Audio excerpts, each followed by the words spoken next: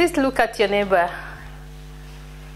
and ask him or her, what would you do if you heard that I'm HIV positive? Please look at your neighbor. What would you do? How easy is that question to you? How easy is the question? Yeah, I've asked that question to many people, including church leaders, and some of them, they have told me, we'll send him away. We can't just believe that our pastor is HIV positive. Those are those who are very frank and honest. That's what they say. In 2007, we started training church leaders, because I knew that if church leaders understood what is behind AIDS, I think they would not be behaving the way they do, and that we could make a bigger difference. So we started very small. We didn't know really where we were going, sometimes doing work in schools, sometimes in congregations, until after 1 year we felt our calling is in training. So we did the training for another 3 years, and of course with the resources that were diminishing, it wasn't possible for us to cover a bigger area.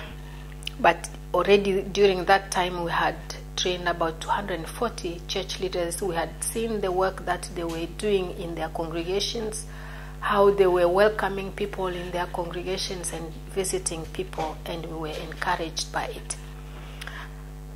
And all that was thanks to the support we received from ACET UK by then, and we received visits from Sheila and Patrick. They encouraged us, and yeah, we felt we were part of a bigger family, and especially when we were meeting friends and staff from elsewhere, from India, like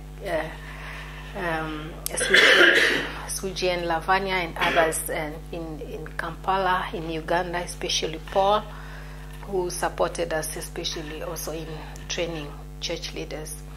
We managed to integrate counseling services within the congregations, such that many people, even those who never wanted to go for a test, they said, if we can do it within a church compound, we feel we are more secured.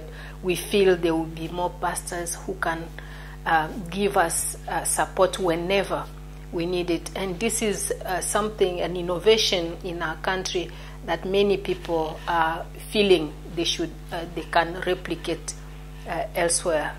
And we felt this secure place was helping us to fight against the stigma, against the discrimination and so on. And there we received people from all faiths, Catholic, priests, Muslims, and everybody come in that place. Every Tuesday when you come there, you wonder what is happening here.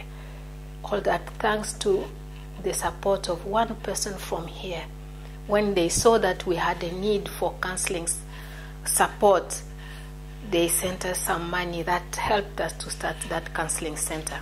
And up to today, every Tuesday, we are there. We cannot go twice a week because we would not have the resources to look after everybody. But at least we know that up to the end of the year, we shall have that day, Tuesday, to welcome people.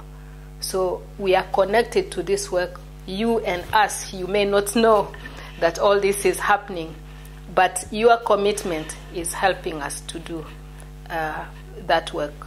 And from that work, we have many people who are looking very, very well, who are taking ARVs, of course, that we don't provide. We refer them to other centers that provide that support. They have asked us if we can do the same work. We said, no, it is very costly.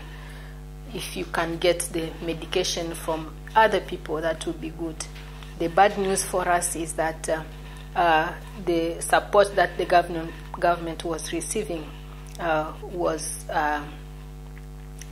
stopped, I think, in June Global Fund stopped giving the money to the government for many reasons, including mismanagement of funds, such that many people who were on ARVs, they had to stop.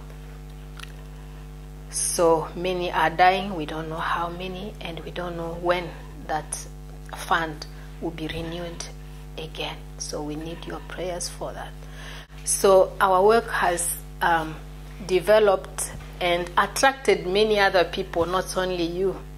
Other people from elsewhere came to visit us, and we shared with them what we are doing, and they saw the impact of the work that you watered, and they said, we feel this work should be replicated elsewhere, and we are ready to support you for 3 years such that you are able to replicate this in 3 other provinces. For the moment, we have support from the Belgian government through a Christian NGO in Belgium called Solidarité Protestante.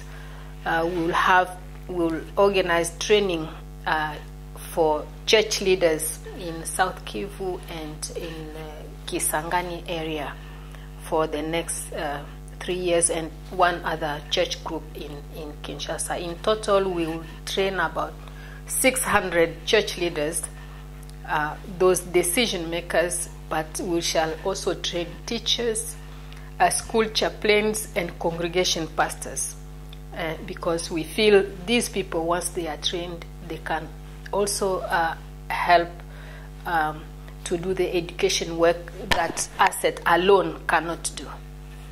I think the challenges are still there, because we need to develop many materials that these people need to use on the ground.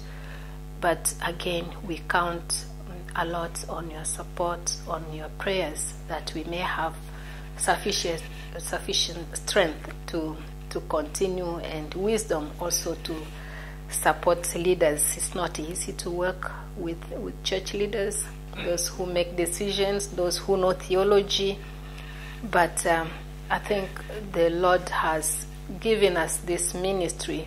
He knows our weaknesses, and He shall see us through. I think I will stop there. Thank you.